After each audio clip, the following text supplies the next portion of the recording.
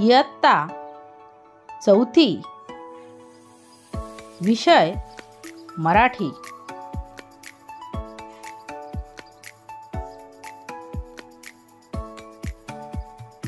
कविता 21वी,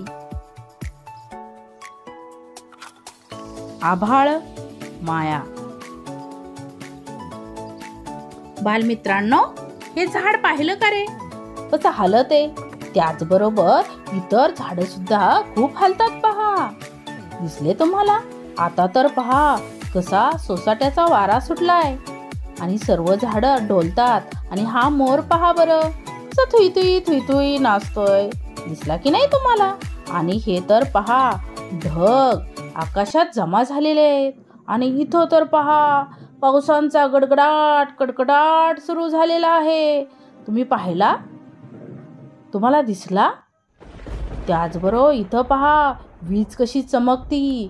विजांचा कडकडाट सुरू झाल्यानंतर अंधार दाटून येतो, आकाश काळे होते आणि त्याचबरोबर आता काय होणार आहे रे? पावसाला सुरुवात होणार आहे आणि पावसाला सुरुवात झाल्यानंतर मुलांच्या मनात काही प्रश्न येतात आणि तेच आभाळ माया या कवितेत आपण पाहणार आहोत।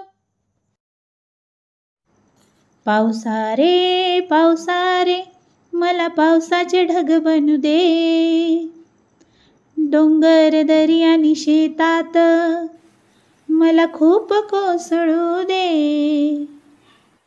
छोट्या छोट्या मुलांच्या मनातील इच्छा सांगताना कवी पावसाला म्हणतो, अरे पावसा, मला पावसाचे ढग बनायचे आहेत।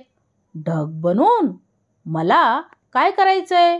तर ढग बनल्यानंतर मला दरीत शेतात पडायचे आहे आणि त्यामुळे काय होईल? तर लोकांना काय भेटल? पाणी मिळेल आणि पाणी मिळाल्यानंतर सगळीकडे हिरवेगार होईल। शेतकरी बाबा मला बी म्हणून पेरू दे, शेत खूप पिकून तुम्हाला बरकत होऊ दे।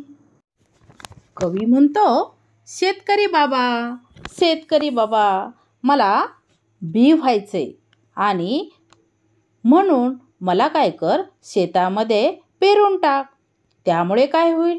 शेते खूप पिकतील। पहा मुलांनो, शेतामध्ये खूप सारं पीक आलंय आणि ते पण कसं आहे रे? मुबलक प्रमाणात आलंय। मुबलक म्हणजे भरपूर आणि खूप सारं पीक आहे ते, आणि त्यामुळे काय होतं? पीक आल्यानंतर काय होईल रे?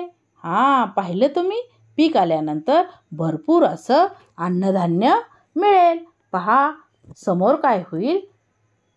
पोत्यांची थप्पी लागेल।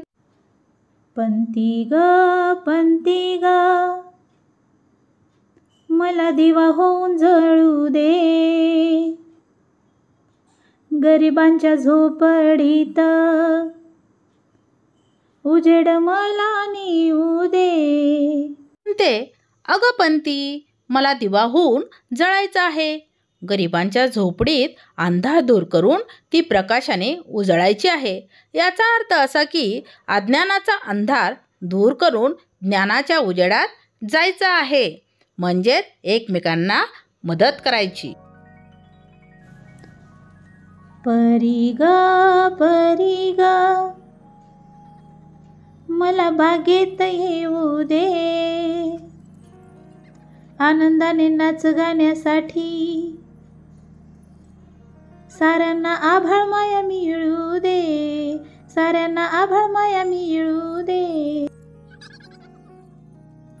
काही जण परीला म्हणतात, अगं परी, मला बागेत येऊ दे, तुझ्यासारखे आनंदाने नाचायचे आहे, गायचे आहे, सर्वांना आभाळाचे प्रेम व आनंद द्यायचा आहे, म्हणजेच आभाळाखाली सर्वांना सुखाने नांदताना पाहायचे आहे।